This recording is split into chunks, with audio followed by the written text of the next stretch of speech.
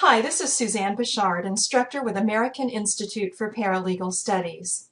Even though we're in the advanced level tort law class, I think it's worthwhile to review some of the basics underlying the law of torts. So in this lecture, I want to talk about the definition of a tort and review the three broad categories of tort law.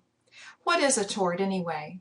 Well, the technical definition of a tort is a civil wrong, other than a breach of contract, for which one can seek relief in a court of law.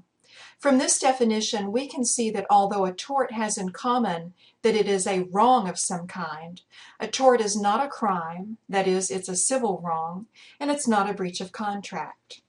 The law of torts can be broken down into three broad categories. These are negligence, intentional torts, and the strict liability torts.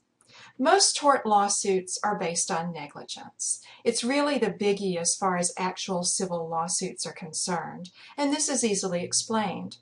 We all make mistakes, and many times our mistakes equate to legal negligence. Furthermore, and perhaps most importantly, most of us are insured against our mistakes. We have automobile insurance and homeowners insurance, for example, and businesses have general liability insurance to cover such things as slip and fall injuries. Now, certainly people do bad things intentionally.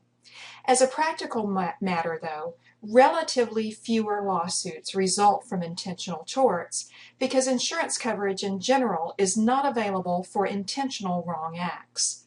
Insurance is the deep pocket the plaintiff can reach into for compensation when it comes to negligence. All torts are made up of component parts called elements. The elements of negligence are duty, which is the obligation to use reasonable care to avoid injuring the plaintiff; breach of duty, which is the failure to use reasonable care; proximate cause, the legal responsibility for bringing something about; and harm, which is actual loss or damage that results from the failure to use reasonable care. Intentional torts include torts against the person, such as assault, battery, false imprisonment, the infliction of emotional distress, and also torts against property, such as trespass to land and conversion and trespass of chattel. The intentional torts all have various elements. In general, though, a person commits an intentional tort against a plaintiff when he or she specifically desires to injure the plaintiff, or knows that the injury was substantially certain to result from his or her act, but chose to engage in the act anyway. The third category of tort is strict liability, often called liability without fault.